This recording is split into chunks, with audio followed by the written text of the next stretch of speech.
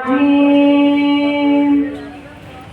بسم الله الرحمن الرحيم. يا أيها الذين آمنوا إذا نودي للصلاة من يوم الجمعة فاسعوا إلى ذكر الله وذروا البيع ذلكم خير لكم إن كنتم تعلمون. فإذا قضيت الصلاة فانتشروا في الأرض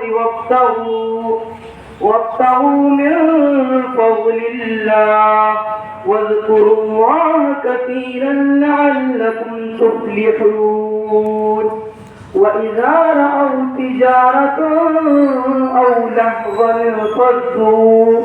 أو لهوا انفضوا إليها وتركوك قائما.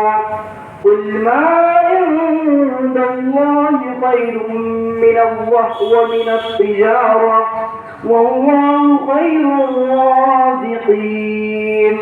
صدق الله